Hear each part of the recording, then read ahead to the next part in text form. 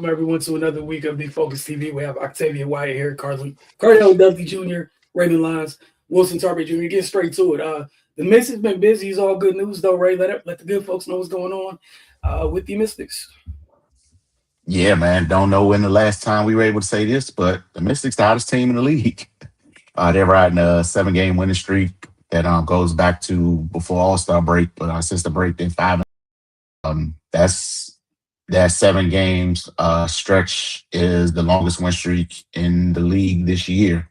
Um, they just hit their stride, man. Shakira Austin's playing the best basketball of her career. She was just named Player of the Week for the second consecutive week, and man, things are just looking up. Everybody seems to be just kind of falling into their role. Sonya, she's back on track offensively. Kiki, she's can pretty much just pencil in a double double for her every night. But we kind of expected Shakira, Sonya, and Kiki to do the heavy lifting. What's really been the catalyst for their success outside of them is the others have started to come to form. Cody McMahon, she's just becoming their most reliable player off the bench, which has paid huge dividends for them. She's in the midst of her most successful stretch this season. She had a career high 18 points a couple games ago, and she's getting more and more comfortable, and her decision making is improving. Wilson and Cardell has talked about how she's been able to kind of control her pace and outlook recently.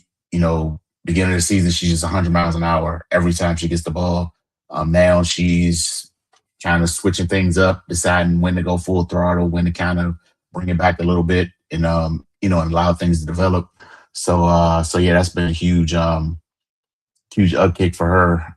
Defensively, they're just back to their beginning of the season form. We said initially that was going to be where they kind of make their identity, and yeah, man, and they've held to that. They've been putting teams in hell. And another thing, they've just been taking care of the basketball better, giving them an opportunity to actually set up on defense. So yeah, they're in the midst of a hell of a run. Yeah, hopefully this can continue. But yeah, man, they're playing awesome basketball. They're catching the attention of everyone in the league, basically, which is well deserved because they kicking everybody ass, basically. Everybody they've seen, they just got the belt. It's funny because now on social media they're starting to get a reputation of playing too physical. Like nobody was saying that when they was hovering around 500, but now that they done put it together and won 7 games in a row, people got a problem with it. And 9 times out of 10, it's the fans of teams who play terrible defense. So yeah, we not going to even give that any credence. But it is great to see them kind of hit their stride at this point. We always talk about how young this team is, so it's good to see them kind of just develop and grow up right before our eyes. It's they fought through some things, and not to say the journey is over yet, but they're definitely not the same team that we saw starting the season, and they've shown that with some recent wins. We'll transition to what they have going on now. Tonight, again, those 7 games that Ray mentioned, franchise high streak. Tonight and Thursday night, they're taking on Rain the Chiefs. They're taking on the Aces. The Mystics lead this series 1-0 at this point, winning a thrilling game at home before All-Star break. Washington is 19-12 heading into this one, which has them in great position. And tonight's game, these 2 games this week, actually, they have heavy playoff implications, depending on how these things shake out. So the Aces are 22-11. They're coming off a loss to the Liberty, which, if you want to put an asterisk next to it, you can. It's your choice either way. Their big 3 did not play in that game. They have been rested and should be ready for tonight's contest and Thursday's contest against the Washington Mystics. So, Cardell, we're going to take a little page out of Mystics pregame, do that live right here. For folks that don't know, we got Mystics pregame before each and every Mystics game, whether it's home or away. Tonight, with that wonderful 10 p.m. start time, we're going to just do that right now. So, Cardell, as always, won't be up on the screen, but keys to the night's game. If Washington wishes not only continue their win streak, but most importantly, these are pivotal games. If Washington can come out on top, that kind of propels them a little bit even further in the standings. Yeah, well, common sense, obviously. Start with you got to neutralize A'ja Wilson best you can. Even in the last matchup with the Mystics held on to win, she almost took it from him. You know what I mean, on their home court, and the Mystics won that 199. That's at the beginning of their streak when they started. You know, I know that was a confidence boost to just be like, all right, we can do some damage now. You know what I mean, to beat the champs and whatnot. Now that she's on the home court, and I'm pretty sure they didn't forget that. And it's ironic that they wanted some rest right before this 2-game or 3-day stretch with the Mystics.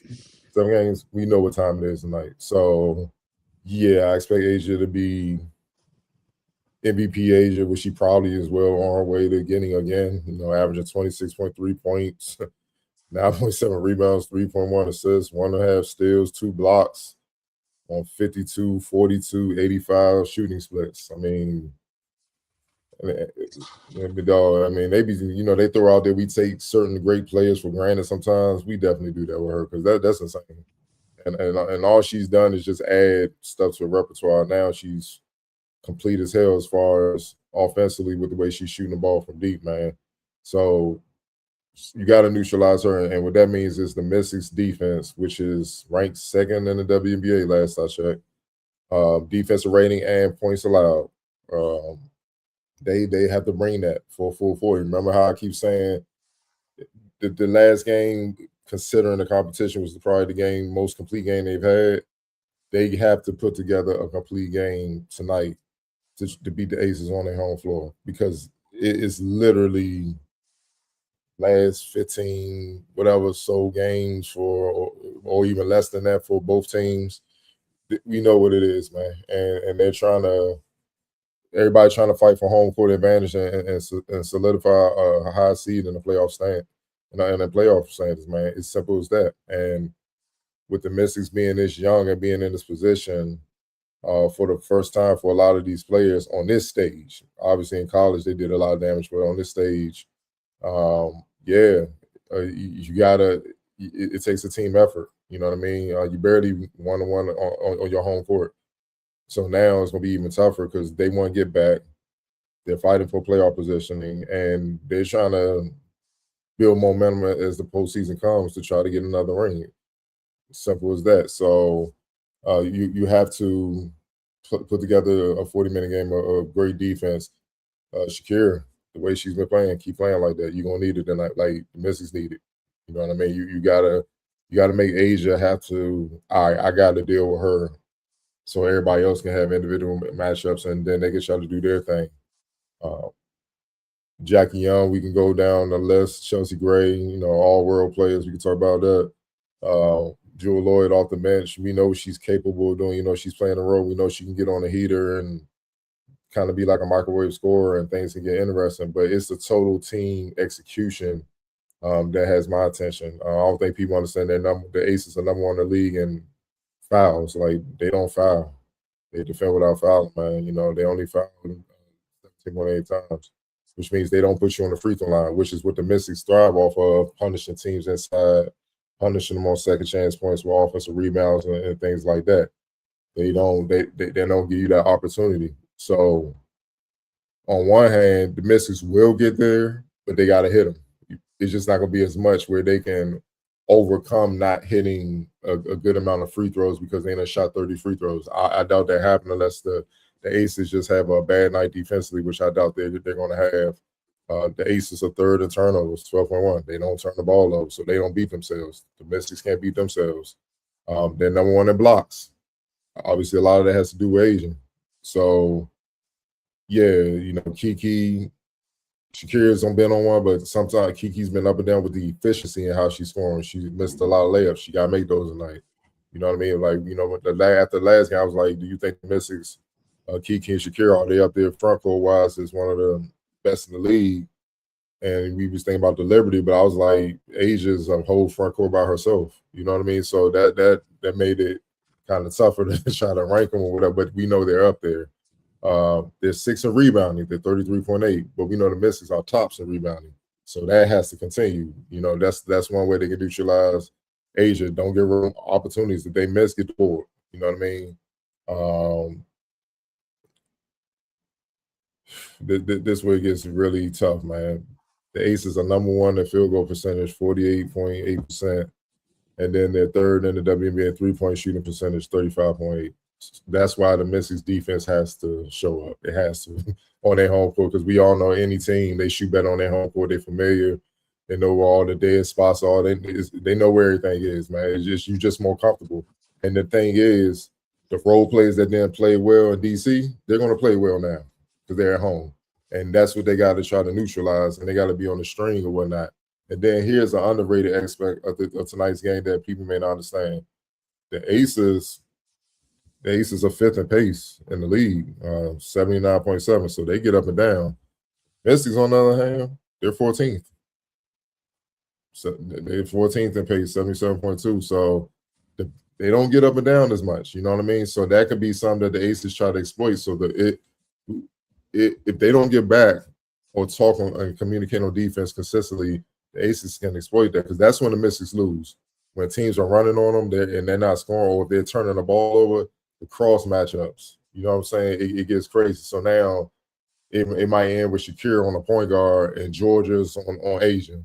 And if that happens too much tonight, we know what's going to happen.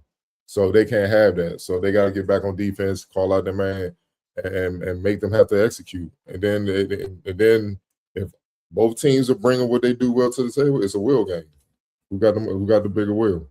And that's something we got to see, because, again, the Mystics been winning. They beat some good teams, Minnesota Aces before the All-Star break or whatnot. But now that they got the league's attention, I want to see how they act, tonight and Thursday against the Aces. And to me, this will tell the tale of just how far along they are, or did they just hit a hot streak right now at the end of the season?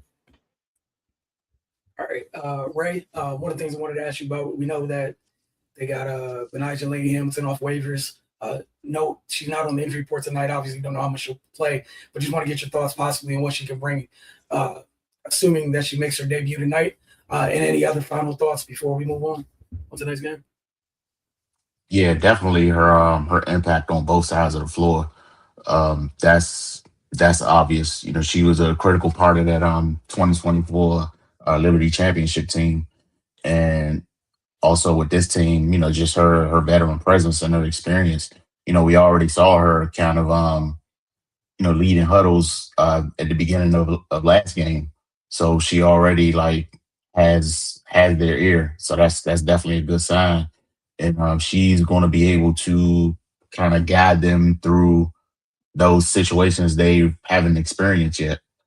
So that's definitely a plus. And to have her at a game like this is going to do wonders, because, like Ardell said, pretty sure the Aces got revenge on their mind, and she's going to be able to just to kind of calm them and help them weather the storm. So. Yeah, man. Well, what she brings is really invaluable, and I think to bring her in at a time like this, when a young team is sort of turning the corner, it was perfect timing, man. Because they're going to need that. Like I also mentioned, a lot of them haven't been in this position before. Heading down the stretch of the season into the postseason, things are going to turn up. Those lights are going to get brighter the closer we get to to the second season, pretty much. So yeah, that was one of the best personnel moves this season, pretty much, as far as I'm concerned. Just adding her to the mix with what she's able to do on the court, obviously, but off the court as well. That's gonna add another layer to this team. So yeah, man, I'm excited to have her here and excited to see what she's gonna bring. Just a reminder, Mystics folks, tip-off is at 10 p.m. Eastern. So we'll see y'all, as Cardell prefers, later this evening, depending on your time zone for Mystics Outlook. But Octavia, we're going to shift gears over to the NFL. It's training camp, joint practices, people fighting, people going crazy. Everyone's undefeated, so everybody's has this ridiculously uncalled for rosy outlook on the season when some of their same teams are going to be picking in the same places that they've been picking for the last decade. But, hey, first MC East segment, what you got for us? Absolutely. Before I start, I definitely want to echo everything you guys all said about the Mystics. It's been amazing watching them play the last couple of weeks. Shakira back-to-back Eastern Player of the Week. Cody is out there bodying chicks. Like, I get so excited watching the games. Like, I literally be in my room, like, just like screaming like I'm in the stands. Like, they are playing awesome. I love the pickup of Benaja, and I even love the fact that they were able to bring Rory back on a developmental contract as well. So I just wanted to say you guys did a great job with that, but I'm here for it. I will do my best to stay awake tonight to watch everything as well. No promises. But yeah, we are finally back into my favorite time of the year. I love football. I just wish it was a little bit cooler. I can't wait till we get to the fall part of this because it's hot as Hades outside. But we are in full effect, full swing of the training camp seasons. We're about 2 weeks in. Last week we did have the Hall of Fame game that I'll slightly itty bitty touch on because Wilson said that everybody is undefeated. One team has lost a game. I know it's preseason, but still. But we'll go just through some notable things going on through training camp so far for the NFC East. And like I said, I'll touch on the Hall of Fame game because I'll be honest, it was one of the better Hall of Fame games, preseason games that I have actually watched in a very long time. Usually the Hall of Fame games don't really give you too much. We had a 33-30 victory for a team. It was actually very entertaining. But we'll start with, of course, your reigning NFC East champions, the Philadelphia Eagles. Currently, they are practicing, of course, in training camp. They are one of the teams that are not having a joint practice this week, but they will be very, very close to us as they will be traveling up to Baltimore to play against the Baltimore Ravens in their first preseason game this weekend. Of course, the biggest storylines coming out of the Eagles camp is all of the offensive changes that have gone on. We know that there's a new offensive coordinator. We know that A.J. Brown is no longer in the building.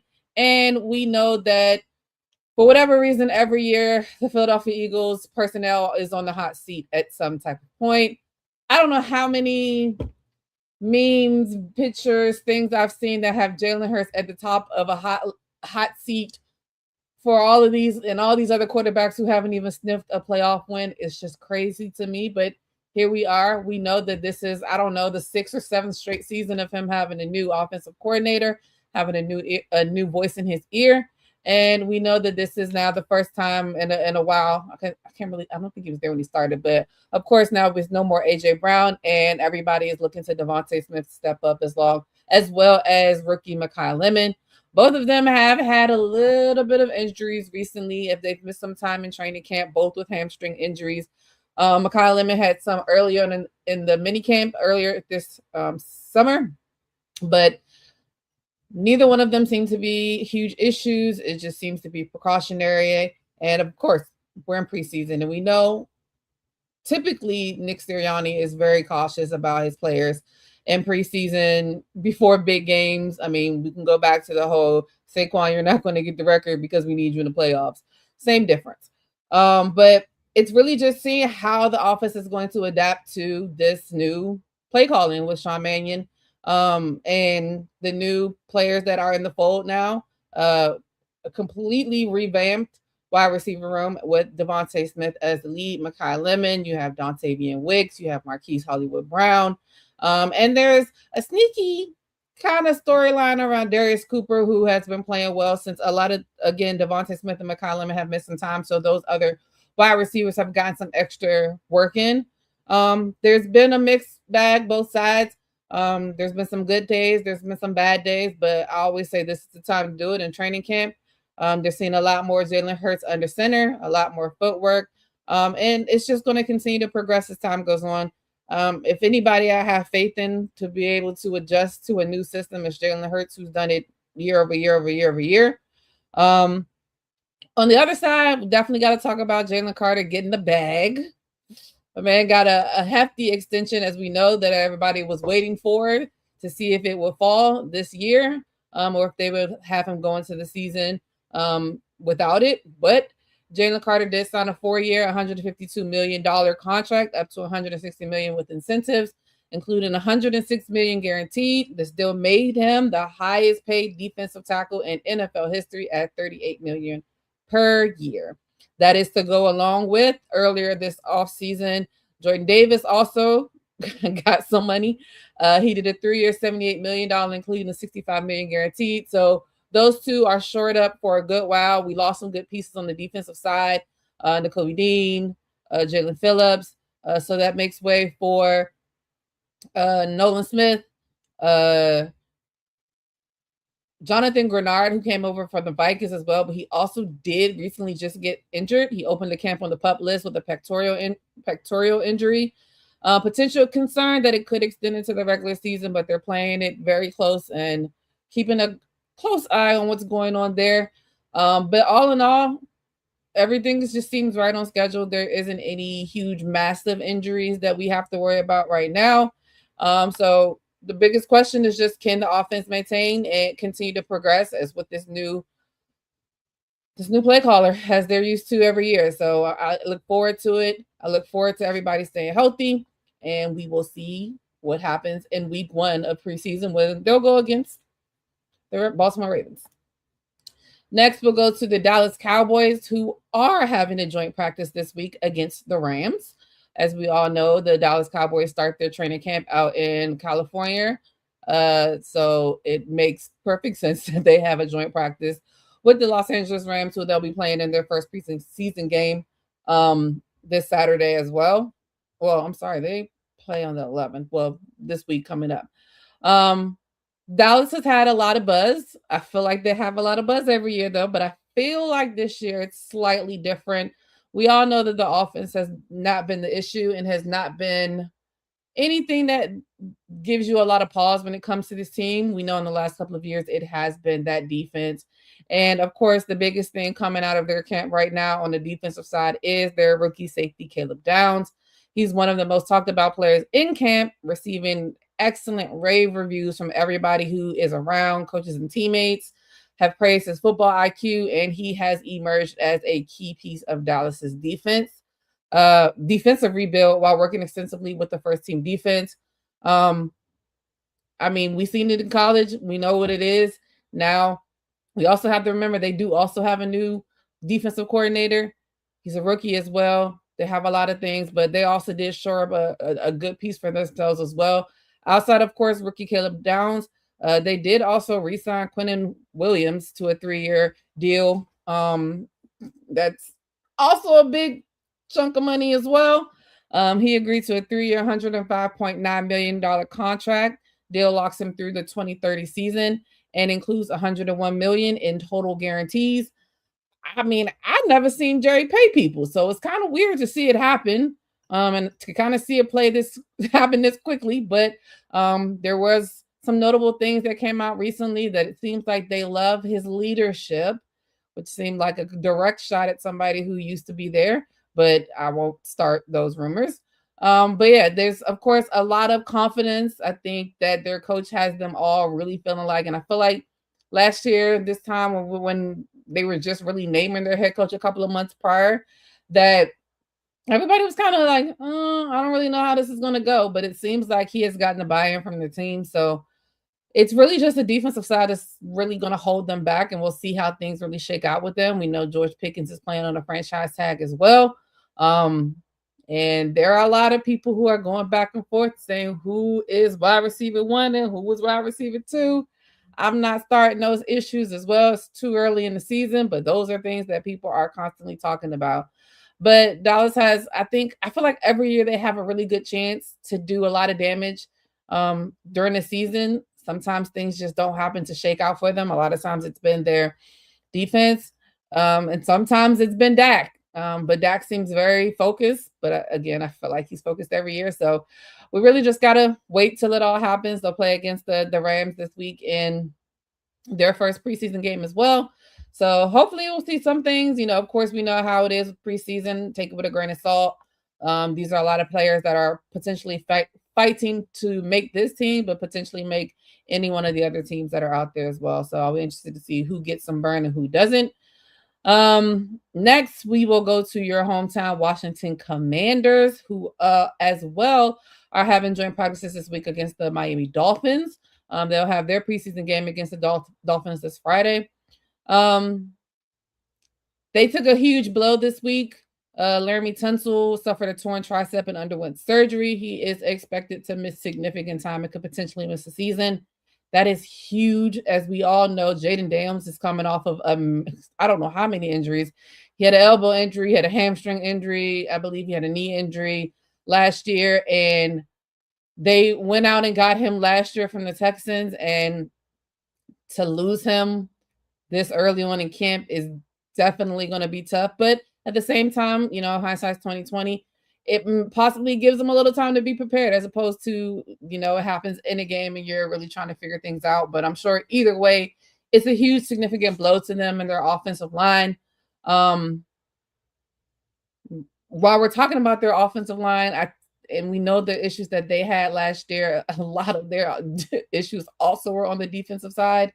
And they also picked up a key rookie as well in Sonny Styles, as well as Odafe Owe, who have both been having also rave reviews out of camp as well. They are expected to help improve one of the team's biggest weaknesses from the last season, which was that defensive side. So they're hopeful, but they have a lot of changes that they've gone through as well. They also have a new offensive coordinator. It feels like pretty much everybody in the NFC East has either a new coordinator or a new head coach, or both in some spaces, but they definitely have a long way to go. A lot of people are definitely looking to see how Jaden Daniels bounces back after the injuries that he has suffered. I believe Dan Quinn has come out and said that Jaden's put on some weight as much as you can, because of course he is a naturally small framed person. So it's not going to look like a whole lot, but hopefully he's put on some muscle. Hopefully he's able to make some better decisions. Hopefully his coaches are able to make some better decisions, because there were some games he just should not have been in. I don't care what anybody says. I don't care what he says. He just should not have been in the game.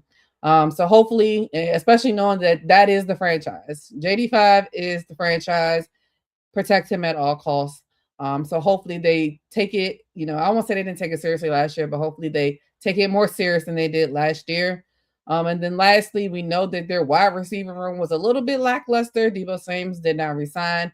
Zach Ertz, even though he's not a wide receiver and tight end, he also is still a free agent, who also came off of a gruesome injury at the end of the year as well.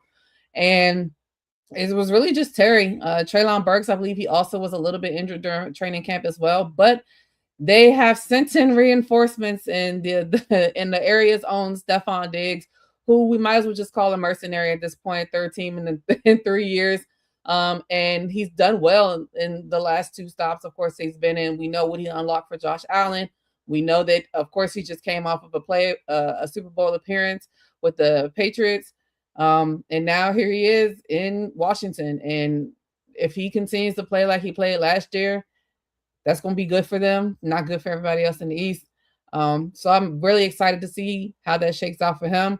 I'm hopeful he stays out of trouble. I always feel like there's a little bit of we talk about it with the Wizards at times. Like, it's kind of hard when you get in the city. Now, of course, the Wizards are dead in the city, and the Commanders are in Virginia and then Landover, but we'll see. But being from here, you hear a lot of times stars from here don't necessarily like to play at home. So I'm hopeful he'll stay out of trouble, as we know that he does have a keen sense for trouble as well. But on the field, and that's all that really matters in this space, he's a great player. So I'm looking forward to see what he brings to them. Last but not least, the New York Giants.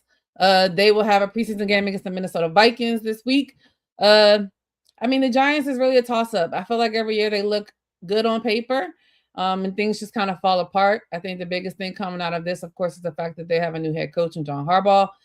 He's brought over some of the philosophies as well as the players from his previous team in Baltimore. And I think he'll be the adult in the room. We know that they have some questionable personalities out there, and there's some possibilities for immaturity and things of such. They've had a lot of offseason noise from Malik Neighbors, from Jackson Dart, from Cam Scatterbull, from Abdul Carter. There's been a lot. So I'm very interested to see how, and then of course, Dexter Lawrence, who asked for his way out and was granted such, who is now a Cincinnati Bengal. So they've had a lot, but I feel like John comes from that old school thing where I always love the quote that Mike Tomlin would say, like, we want volunteers, not hostages. You don't want to be here. Let's get it over and done with.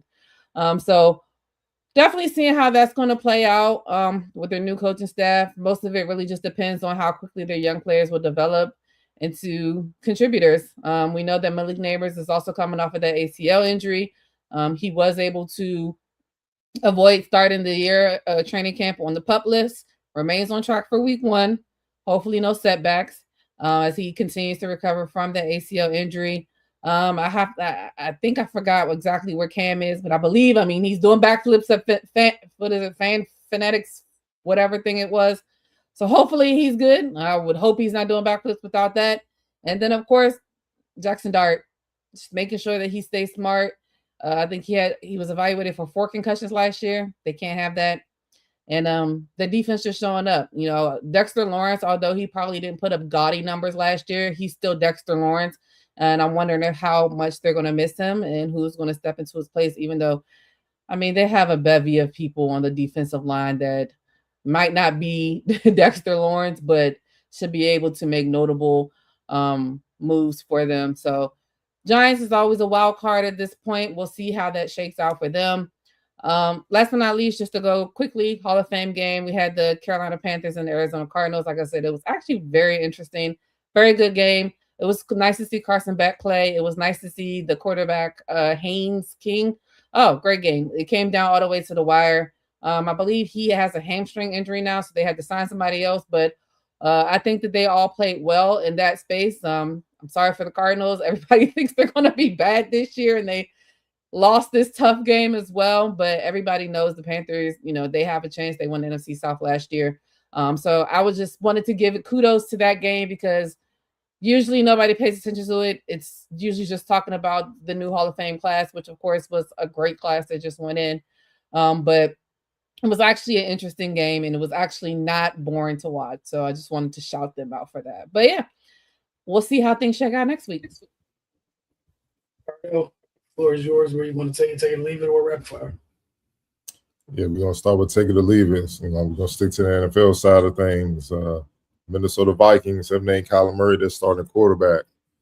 Coach Kevin O'Connell confirmed today it was the expected conclusion to the team's quarterback competition despite a rocky series of practices leading to the decision. Murray has been a heavy favorite to win the job from the moment he signed a 1-year, $1.3 million contract March 12th, following his release by the Arizona Cardinals, who will pay him $35.5 million. The decision pushes J.J. McCarthy, the number 10 pick of the 2024 draft, to the number 2 quarterback role after 10 career starts and raises questions about his future. Quarterbacks Carson Wentz and Max Brosmer also remain on the roster.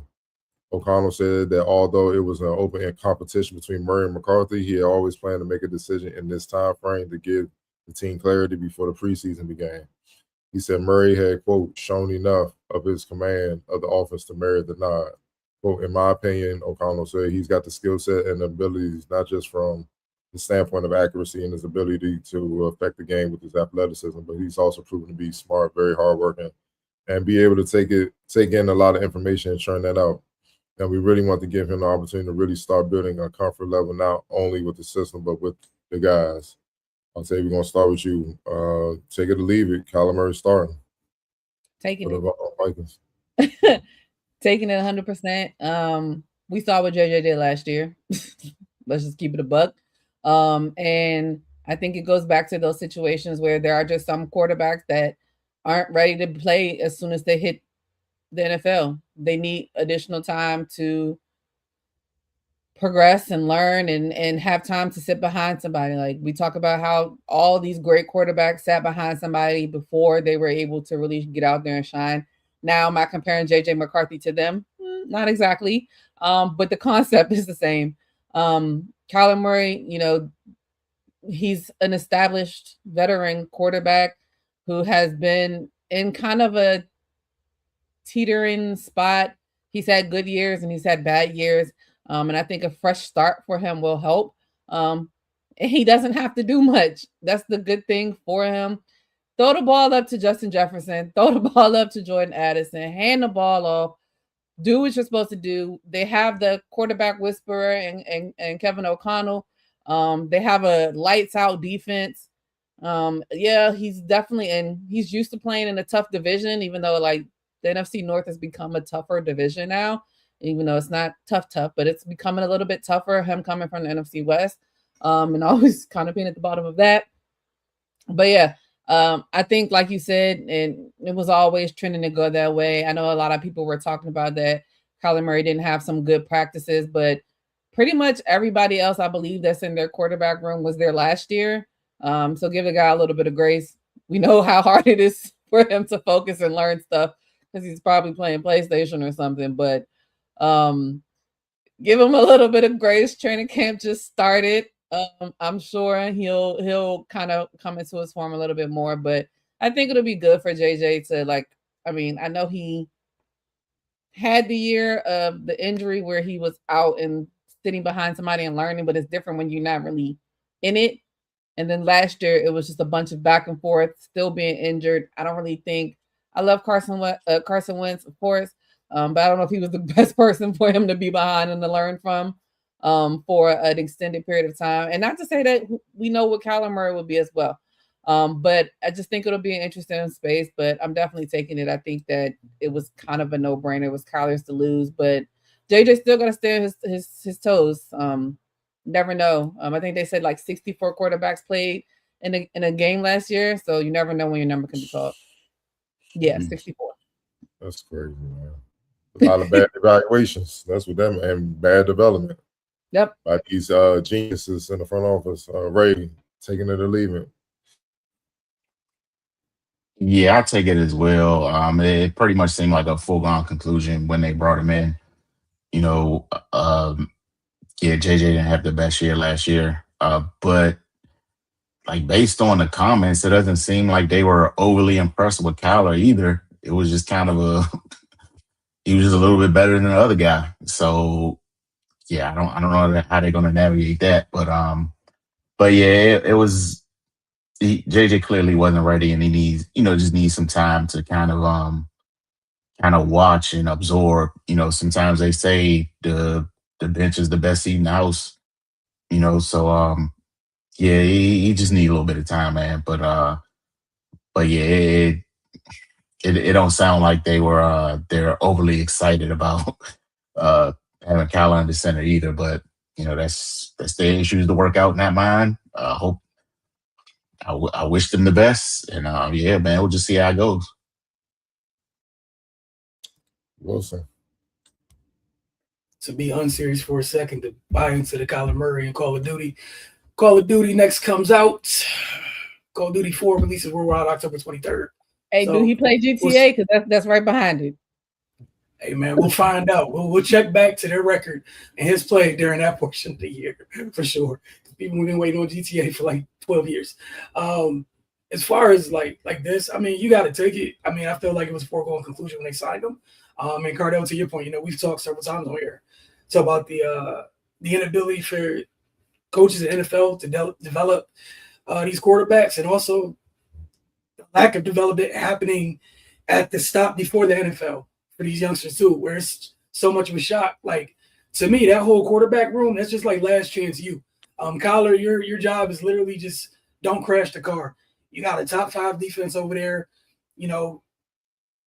O'Connell runs one of the, those schemes. It's off one of those trees where, again, don't crash the car, keep the offense on schedule. It's going to do the things for itself. It's one of those Jimmy G offenses. Literally, just don't crash the car. Also, I'm sure he's very happy. You're out of the NFC West, brother. Now, if you fail this after leaving the Mutant League, again, that's it. There's no extra chances here. Minnesota's going to be looking for a quarterback. But yeah, just take it.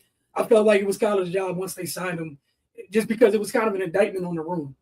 You have a lot of guys where it's like nobody really capitalized on their opportunities. Again, not solely on those guys, because we can look around the league. is dry out there at that position. It's been a problem for the last 10 years. Folks are like, people are very excited when they're coming out of college, and then we don't hear about anybody until they get cut, traded, or released for their last gasp opportunity. Like, it's sad.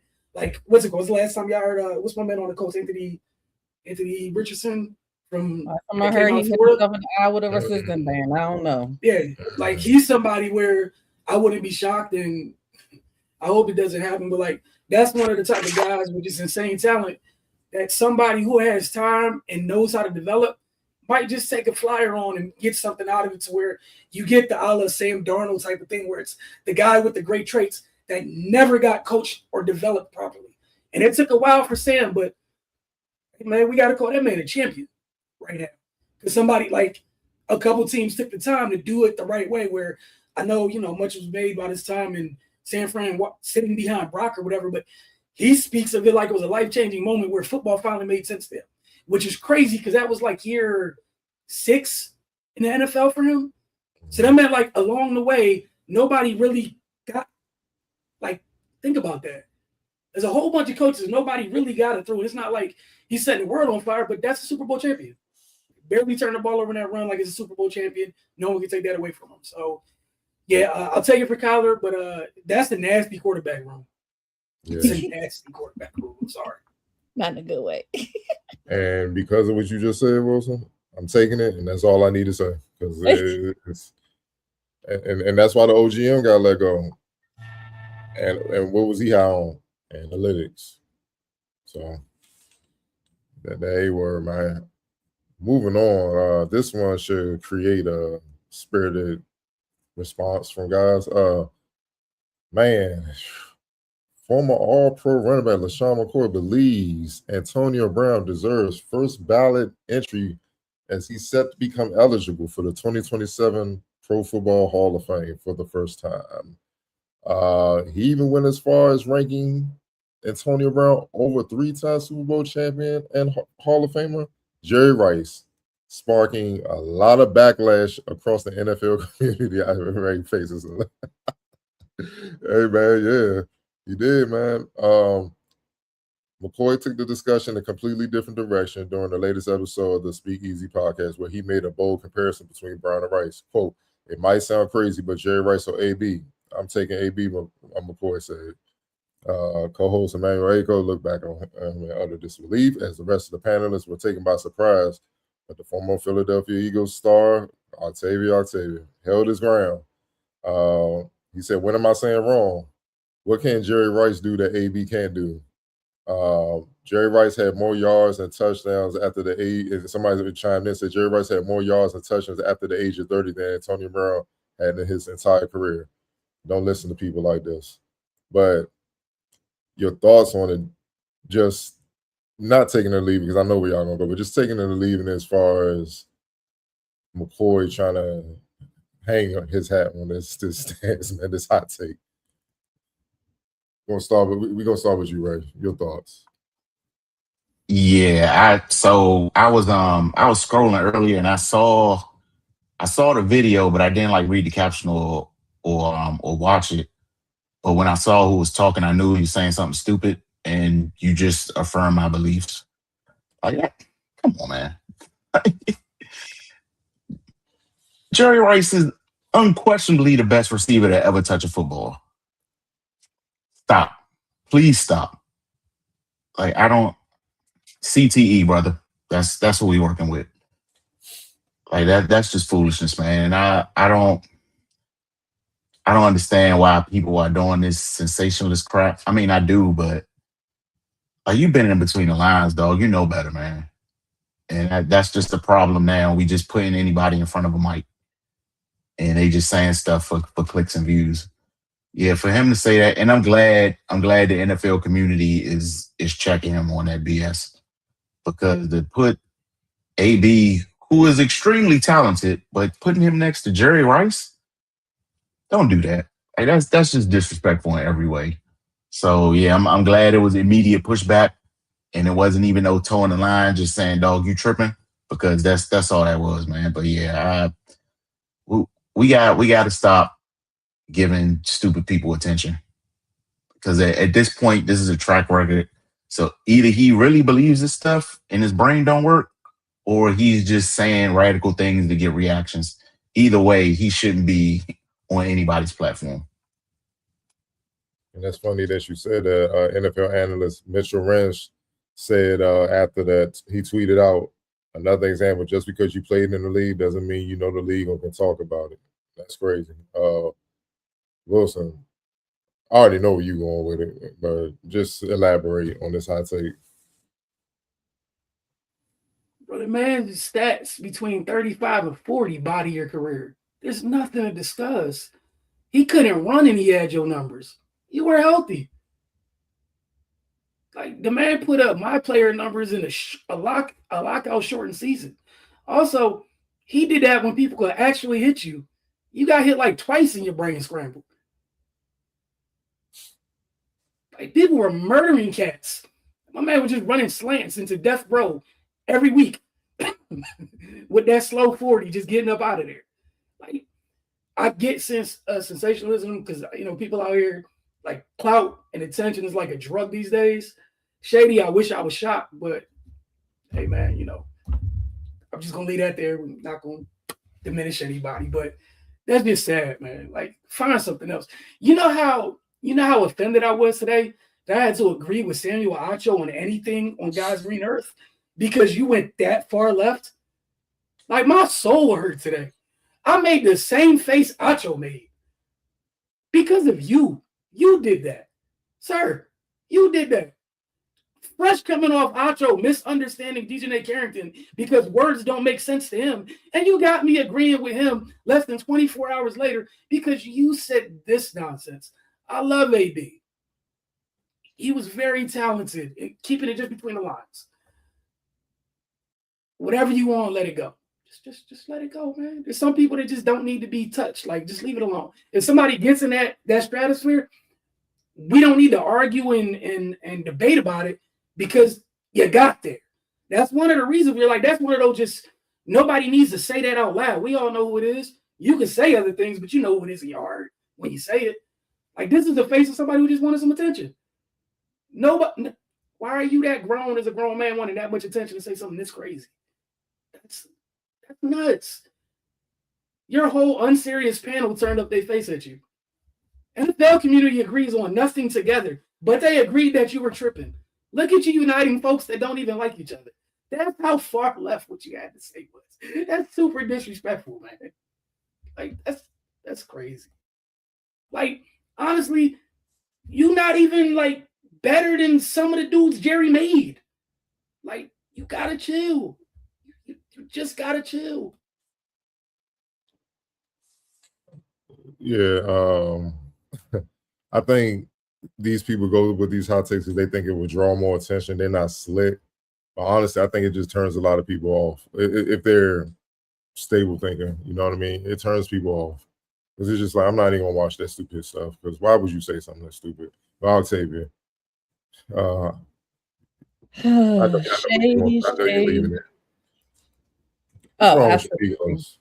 Well, I would like to first say that his Super Bowl wins was not with us, so I don't even know if we want to count like him like in that space, you know, because I mean, this is still the same person that did the ALS challenge and literally had his Super Bowl trophy, so I could like he did something in those. But you know, Shady, I loved him from the time he played here, but he's smoking crack. I don't know.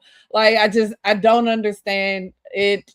And I 100% agree with Wilson. The fact that you make me agree with Acho is wild because I hate I hate Acho. Like, I just be like, what are you talking about? Like, what are you talking about? It's like these two take turns of just annoying everybody. Like, oh, I went last week. I guess it's your turn this week.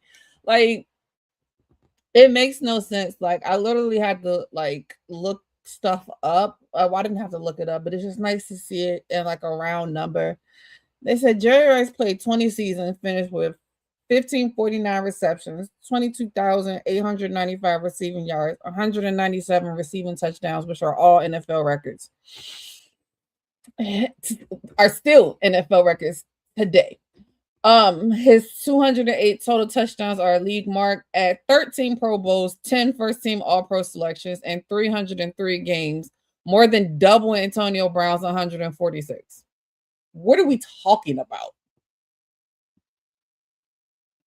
Like, what are we even talking about? Like, bruh, like LaShawn. Like, he can't even be called Shady in this point. His name is LaShawn at this point. Like, that's like the most asinine thing I've ever heard in my life. And the sad part about it is I wish that I could blame it on, the kids and the prisoner of the moment, and they weren't around, and they don't do their research, and they don't look good. Bruh, like, I can't even blame that on that. Like, it's literally like just stupidity at this point. Like, or just like you guys have said, clickbait, rage bait at this point, which you have actually succeeded in. Congratulations on that, because that's just some crazy stuff to ever say out your mouth. And the fact to say it out your mouth and have it recorded, like, you ain't say it in like the corner nowhere where you could kind of like try to say like, no, I ain't say that. You got this joint on wax for the whole world to see how ignorant your take is. It's just crazy. And I love Shady, but he's ridiculous for this. Completely ridiculous. And that right there is probably why you guys had to start your own podcast and you're not on national TV anymore, even though national TV's not that much better. But I digress. Yeah, man. I feel like not only is Jerry Rice the greatest wide receiver ever, he's the greatest football player. Like, you literally can get an average quarterback and he will make him look like an all-pro. He's durable. He gonna catch everything. He runs every route amazing. Like, I know everybody has seen the practice clips of this man torching 49ers DB back in the day. And he runs a 4.6, 4.7 and all that. And he making dudes running 4.3s and 4.2s look like they were running 4.6, 4.7. Just destroying them, man. Best hands. All that. This is the only dude I've ever really seen give Deion Sanders work. Like gave him work. Deion had his wins, but Deion had to work, dog. Now, against everybody else, they don't even throw that side of the field. Dog, look, I mean, even the clips before this of Jerry, he was 42 with the Seattle Seahawks, looking like he 22, man. It's like, come on, man. He giving Deion work. They didn't throw on that side of the field when Deion played, man. They didn't even look that way. We just gonna stick here because he's too good. And like, what we doing, man? It's some dudes just can't be touched. Like, it's like he's, for me, Michael Jordan of the NFL. Leave them alone, man. It's too much damage done. And when if an athlete comes along that has really all around totality, challenge that, we'll speak on it. We will speak on it. Because it'd be something that's not normal, because guess what? It's not normal. They're the only ones that's done it. And that Jerry was cold, man. And the thing I love about Jerry, he took his job very seriously, to the point like some teammates felt like, man, he was too serious, man. He needed to lighten up. But I'd rather have that than somebody who don't take it serious enough. And that's what made him great. Like Antonio Brown was cold with the Pittsburgh. Don't get it twisted. He was a bad boy. But his longevity, you see what I'm saying? It's just, look what he was doing at 42. That's after Oakland. And obviously Oakland, same division as my Broncos. That was an older Jerry, and we couldn't do nothing with him. So I can only imagine if we had to deal with 49er Jerry every year in the same division. Like, that's just a no-go, man. So, and I've heard like T.O. and Randy say they was better and all that. I can listen to them because of what they did and all that. I can listen to them, but it does get to a point quickly. It's like, all right, dog, like, chill. Understand what Jerry did. But no, Antonio Brown's nowhere near. Like, no. Leave that alone, man. And I just don't understand it. Why can't you just say, I feel like he's a Hall of Famer without bringing Jerry into it? Let him stand on his own merit and his credentials. Just say that. Like, I feel like he should get in. I know he has some off the field stuff, but football-wise, he deserves to get in that first ballot. You could have just said that. People would have respected it. But I don't understand why in this time when people discuss like sports and stuff, they gotta try to compare and diminish an all-time great, especially the elite of the elite in that. You see what I'm saying? Like, I mean, Larry Fitzgerald just went in the Hall of Fame. Salute to him and all that. You know what I mean? His OGs were Randy Moss and Chris Carter. If you put AB in that room, he ain't better than those three. So how you touching Jerry? I'll close with it. It's like what Deion says about the Hall of Fame. He said they letting anybody in the Hall of Fame. He said it's a Hall of Fame, and then there should be another wing for guys like me. We really the best that ever did. You know what I mean? That's what Jerry is. So you can get in, but then you got to knock for some access to get into the room that all those other dudes in. And then he lose the season with Warren Sapp tackling around when he tore his ACL. Didn't he lose a whole year or something like that and still did those numbers? And one of the years with ACL, he came back in and put up numbers. He came back in the same season. He ain't even missed the whole year. Right, any route, even when you got they put him in the slot, dog, still putting that word, dog, like going across the middle. Come on, man. That's greatness, man, what he did, dog. Like, that's real greatness, man. They could just keep. I would like to know what the hell made him retire, dog. You know what I'm saying? Because look, 42 still looking like that. That's impressive. And I forgot about that stage. Well, it's on you, Wilson. We were just kind of getting close. Yeah, shout out to Shady for shutting stuff down tonight with something so stupid. We didn't even need rapid fire or anything else because you outkicked your coverage. Great job, sir. Like, that was literally the dumbest thing I've heard so far this summer. And we still got time to go in August, man. Like, that is, again, all you had to do was say what Cardell said. AB, off the field stuff aside, deserves to be a first ballot Hall of Fame, which is your opinion. That's great, cool. You might even have half a leg to stand on. But no, you didn't even go throw in like another Hall of Famer, somebody who didn't get in. You went to go get the wide receiver, as if that was going to help you make your case. The dude had like 5 separate all-pro careers within that range of time. Like, that's why it's the dumbest thing ever. Like, his proteges were better than you. Like, chill. Just stop. Like, let it go. Just let it go. Then, like, I saw the new thing now, and again, had to close the app for 2 seconds. When you first brought it up, I was looking at stuff. The new thing now is because of the lack of advanced coverages, Jerry had it easy. I can't with y'all. Y'all about to do the Jordan thing to Jerry Rice, and I refuse to participate. So, look, I would simply say I appreciate y'all. Y'all have a great week, a great evening. Enjoy the first week of the rest of the league having preseason football. Octavia will be back next week for more. The Peritanes of the NFC East. Mystics, folks. Again, tip-offs at 10. We'll see y'all later this evening. Don't forget to head over to FocusTV.com to stay up to date with everything we have going on.